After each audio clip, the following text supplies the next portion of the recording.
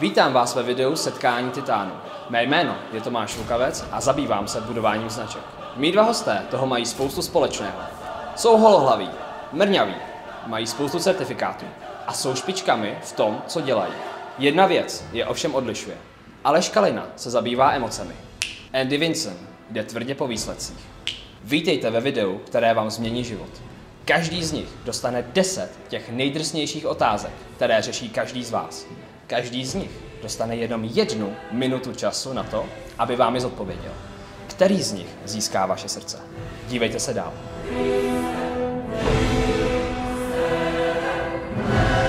Jak mít do konce života dost peněz? Dobrá otázka na 1 minutu. Já osobně bych lidem pomohl odstranit tzv. Finanční bloky. Že my všichni jsme doma vyrůstali v prostředí a slyšeli jsme spousta věcí, které byly negativní vůči penězům. A potom bych jim pomohl přenastavit jejich finanční barometr. To je celé, co bych dělal.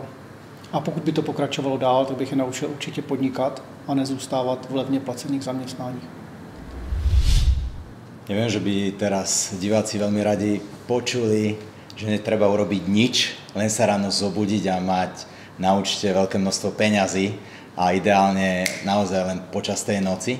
V každom prípade to, čo povedal Aleš, s tým sa dá len súhlasiť, pretože to, aký je finančný stav na našich účtoch, je stavom tých programov, ktoré máme v našej mysli a ľudia si nevedia s nimi rady. Súvisia s našimi hodnotami, s našimi presvedčeniami, s našimi vierami, s tým, čo sme si naprogramovali počas celej histórie nášho života a prevzali sme z nášho okolia.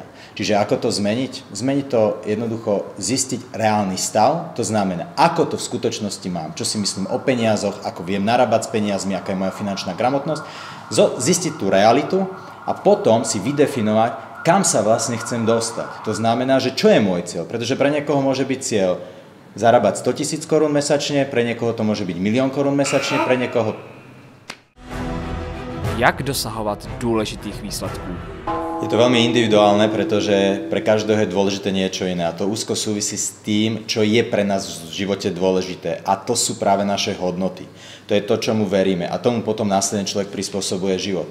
Takže ak ja sa chcem niekde dostať a získať niečo dôležité, potrebujem si vlastne vydefinovať, čo je toto dôležité pre mňa. A takým tým príkladom zo života je presne aj to, že človek začne robiť to, čo od nás vyžaduje to prostredie, v ktorom sme, že mal by som mať úspech, mal by som nejaký manažér, mal by som si dať nejakú kariéru, ale človek dosiahne tú kariéru, má ten úspech, má tie peniaze, ale necíti sa vôbec šťastný, necíti sa vôbec spokojný. Ako je to možné? A to je presne to, že on nemal vydefinované predtým, ako sa na to rozhodol, čo je pre neho naozaj v živote dôležité, čo je z toho jeho vnútra. A ak toto nemá vydefinované, tak potom môže dosiahnuť akýkoľvek úspech, ale bude nešťastný a nespokojný. Určitě bych já sám to rozdělil do 4 kvadrantů. Práce, peníze, zdraví a vztahy. A v každém z tom kvadrantu bych si definoval, co je tam pro mě důležité. Protože každý jsme jiný, každý jsme odlišný, všichni to chceme v životě dělat jinak. A to, co je úplně nejhorší, když převezmeme vlastně pocit úspěchu od jiných lidí, jako je rodiče, časopis, prostě nějaký svalovec nabušený. A teď my se vlastně dereme někam a začas zjistíme, že tam vůbec nechceme být. A to se stává mnohým z nás. Takže v kvadrantech si vytyčit práce, peníze, zdraví, vztahy, si říct, kde je moje maximum, čili kde jsou takzvané moje desítky na stupnici 0 až 10. V penězích, partner, práce a zdraví. A když v tomto dosáhnu, že se budu blížit těm svým desítkám, tak vlastně ve svý vnitřní mysli budu cítit, že nabývám úspěchu. Jak zůstat sám sebou? Tak v první řadě je dobrý vědět, že to, co jsem, je originální. To nám doma častokrát říkali, podívej se na Pepu a podívej se tam na Joudu a na souseda, na tamhle to. Takže my jsme se naučili, že my vlastně nejsme dostatečně dobří a to je úplně ten největší emoční program, který v sobě máme. Takže pokud si řekneme, že já jsem originál, že nikdy v životě nemůže být nikdo lepší než já a nikdy nikdo na světě nepřijde v těch hodnotách, které mám já, tak mi to vlastně dodá obrovskou sebedůvěru a sebehodnotu jít za tím, proč jsem sem na tu planetu vlastně přišel. Žiť svoj život podľa toho, čomu veríme a tým hodnotám, ktoré v sebe máme. Pretože toto nás robí práve tými silnými. Častokrát samozrejme žijeme v prostredí, ktoré určuje pravidla. Áno, pokiaľ nedodržiavame pravidla, tak nás jednoducho zatvoria. To je fakt. Na druhej strane, aké sú tie pravidlá nášho vnútra, nášho života, podľa ktorých sa my v živote riadíme. A toto je to, čo človek, veľmi malé množstvo ľudí má vlastne vydefinované, aké sú moje životné pravidlá, čomu ja verím, kam smerujem, kam sa chcem dostať, čo je pre mňa dôležité v živote a to, čo povedal aj Aleš, kto vlastne som v tomto živote dnes a kým chcem byť o rok, o 2, o 10. A keď sa jedného dňa takto otočím za seba, čo vidím? Je to to, čo som v skutočnosti chcel a som hrdý na to umelecké dielo, ktoré som vo svojom živote vybudoval? Alebo práve naopak? Jak si užívat práci každý den? Ráno sa zobudiť a rozhodnúť sa, že si idem užívať prácu každý deň. Je to rozhodnutie. Nič iné, len obyčajné rozhodnutie. Mnoho ľudí naozaj robí prácu, ktorá ich nebaví a ktorú neznášajú. Dve možnosti. Buď ju opustíte, alebo sa naučte ju milovať. To je všetko. Tak já bych určitě za sebe řekl, že jsem v kariéře vystoupal docela vysoko, že jsem se vyhrabal ve světových společnostech až na celkem slušný posty. Na to, abych zjistil, že tam nepatřím, že mě to nebaví a že i když jsem měl pozlacený cesty a všechny tady ty věci, tak jsem se cítil vnitřně prázdný. To mě vlastně přivedlo k tomu, abych si našel svůj talent a začal realizovat svoje talentové složky. A najednou jsem zjišťoval, že mě to jednoduše vnitřně naplňuje mnohem víc, než ten měšec plný zlaťáků každý den, který mi jednoduše korporátní život přinášel. Takže jak se radovat? Najít si svoje talentové složky a začít realizovat svoje poslání, který každý z nás v sobě máme zapsané. Jak poznat, že je to ten pravý nebo ta pravá? No my často ve svých partnerech hledáme maminku a tatínka, což častokrát pak zjistíme, až když jsme ve vztahu, že je to vztah, který nechcem a můžeme to opět velice dobře měřit na stupnici 0 až 10. Takže si řekneme s tím partnerem, se kterým teďko jsem, jak se s ním cítím. 0 je nejhůř, 10 nejlíp. Pokud nám to klesá pod 7,5, tak jsme špatně a musíme si začít hledat někoho, kdo nám bude vyhovovat víc. Pokud se nám to dlouhodobě nedaří, tak je to zase o tom, že máme v sobě od maminky, od tatínka nastavit tzv. Programy pro výběr partnera. Takže pokud třeba 10-20 let pořád točíme ty samý partnery dokola, tak musíme změnit tato vnitřní nastavení. Jinak se v partnerství nepohneme dál. Dobrá zpráva je ale, že když si tyto programy změníme, tak nám mozek jasně řekne, to je on. Je to o zladení toho vnútorného sveta a toho nášho vedomia. Mohli by sme to povedať podvedomia a vedomia, jeho zosúladenia. Pretože jedna vec je to, čo máme vnútri prirodzené a to je ten prirodzený pud rozmnožovania, ktorý jednoducho, ako sa nenadarmo sa hovorí, že hodiny týkajú. Áno, čiže tá evolúcia to vlastne zariadila tak, aby sme mali prirodzený pud sa rozmnožovať. Na druhej strane potom máme to vedomie, že s tým človekom je naozaj v skutočnosti dobre a s ním budem fungovať. A to, čo takisto Aleš povedal, s tým súhlasím, pretože my máme nastavené tie vzorce v súvislosti s výberom partnera, s tým, kým chceme žiť, jednoducho preberáme vzorce otec, matka, vzťah, ako to celé fungovalo. Takže jednoznačne si k tomu ešte jednu vec dodať, vydefinovať, kto je môj ideálny partner, s ktorým si viem predstaviť žiť celý svoj život a viem si predstaviť, že sa s ním budem aj o 30, 40, 50 rokov držať za ruku a rozprávať. Jak dát svým dětem najevo, že je milujete? Keďže mám doma dve deti, jedno má 2,5 a druhé má 9 rokov, tak to je vec, ktorú riešim každý deň a niekedy mi dajú hodne zabrať. Ale to, čo som si uvedomil, že deti úžasne kopírujú. To znamená, všímajú si presne, čo robíme. A to, čo robím, je, že ten vzor, že ich máme radi, primárne, že mám rád ich mamu. Že mám rád moju manželku. To znamená, že sa každý deň objímame a takisto každý deň objímam aj moje deti. Slova 2,5-ročnému dieťaťu nevysvetlíte. Oni filtrujú a kopírujú presne to, čo vidia, že my sami robíme. Takže jedine vlastným príkladom a tým, ako my chceme, aby my sme získavali lásku od druhých ľudí, to znamená, že tá láska je pre nás prijímaná z druhej strany a to, keď budeme aj my robiť smerom von, tak sme vyhrali. Tak primárně děti jsou nastavené na příjem lásky. Tam na tom nic nezměníme. Takže oni očekávají od nás primárně, že je budeme milovat. Takže všecko to, co od nás k ním přichází, ten dětský mozeček přijímá, jako že je to láska. Samozřejmě pokud to pak láska není, že je propleskneme nebo jsme na ně zlí a nespravedliví, tak oni si s tímto nevědí rady a překládají si to, že i to špatný v podstatě je to, že je milujeme a vzniká z toho hromada destruktivních vzorců. Takže co pro rodiče dělat pro svoje dětičky nejvíc, je hodně podobný to, co říkal Andy, prostě dávat jim najevo, že jsou pro nás special, že jsou pro nás úžasní, že jsou pro nás skvělí a vlastním příkladem ukazovat, kudy vede ta správná cesta. Aleš, ty jsi super. A ty taky, člověče, všecko to, co říkáš, je geniální.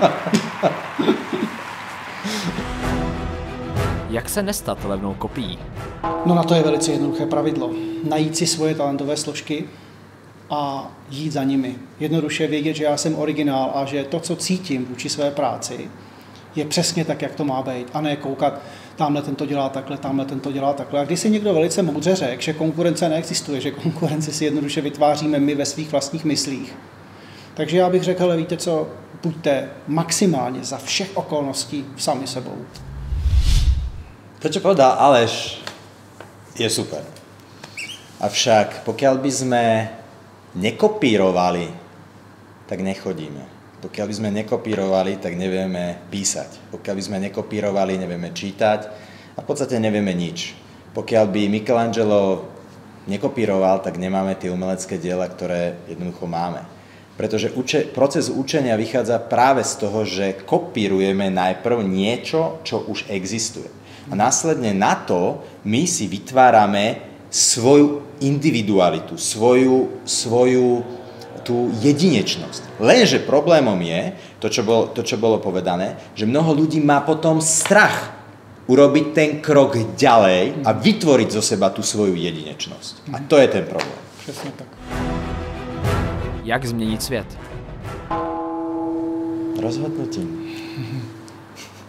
Rozhodnutím. A otázka je, prečo ho meniť. A otázka je, kvôli čomu ho meniť. Najskôr zmeňme seba a potom sa zmení všetko ostatné. Ľudia chcú meniť svet. Ja hovorím, nie, začneme od seba.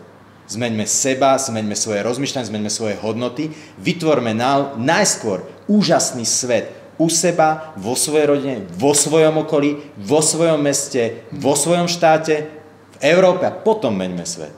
Nie opačne. Opačne to nefunguje. Všetci chcú meniť všetkých ostatných. Lenže jak si zabudli na seba. Ty sa zmeň, ty urob toto, tamto. Nie. Začneme od seba a keď zmeníme seba a urobíme to, že sme na seba hrdí, tak potom sa posuneme ďalej. Ale opačne to nefunguje. Já bych tady Andy mu podal ruku a řekl, přesně takhle to je. Já k tomu prostě nemám. To je typicky tady ten svět je o tom.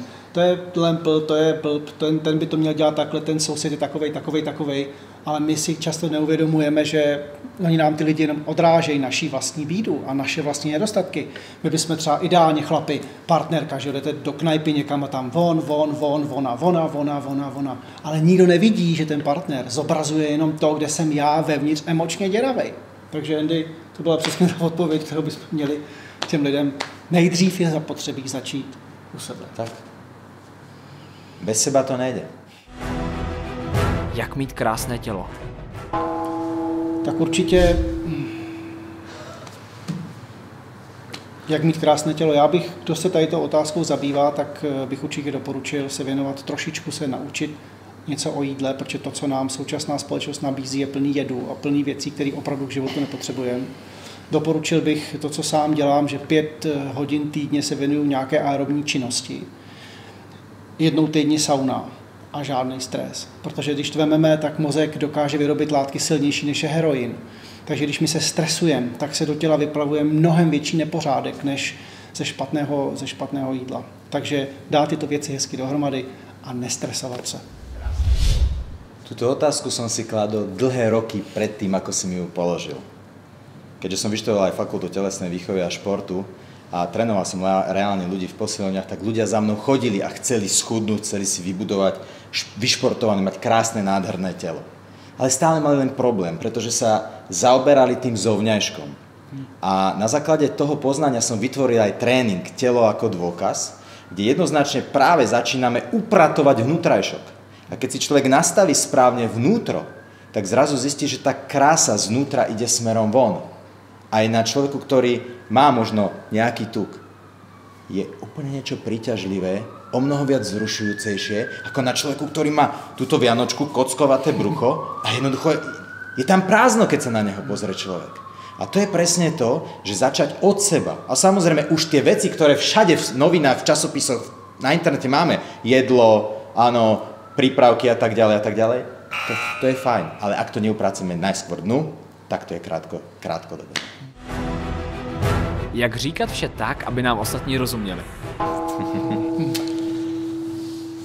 No, keď sa človek naučí rozumieť sám sebe.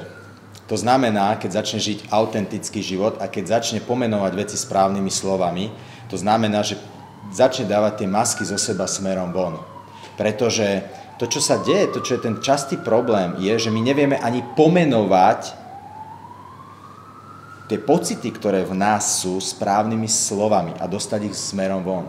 Takže toto je najväčší problém. Naučiť sa správne komunikovať najskôr sám so sebou a potom to vznútra dostat směrem von. Já bych na to odpověděl možná trošku jinak. Já bych řekl, bych se netrápil tím, jak to dělat jednoduše. Já bych zase znova šel do sebe, být maximálně autentický a prostě jednoduše být maximálně sám sebou a ukazuje se mi z mé přednáškové činnosti, že pak lidi cítí to moje poselství, ten můj message a vyhledávají si mě. Čili já se v podstatě netrápím tím, jestli mi někdo rozumí nebo nerozumí, ale vlastně pouštím ty slova a tu energii ve své maximální autentičnosti. A ty lidi, kteří to necítí, tak odpadají a naopak ti, kteří to cítí, tak přichází. Takže já bych doporučil být maximálně sám sebou. Kdybyste měli jedinou otázku, na co byste se zeptali Boha? Já bych mu nepokládal žádnou otázku, protože vím, že všechno ví a když budu já chtít, tak můžu vědět všecko, co potřebuju. Kto som?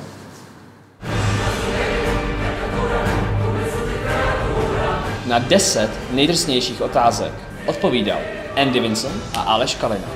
Kdo z nich se vám více líbil? Kdo z nich odpověděl lépe na vaše otázky?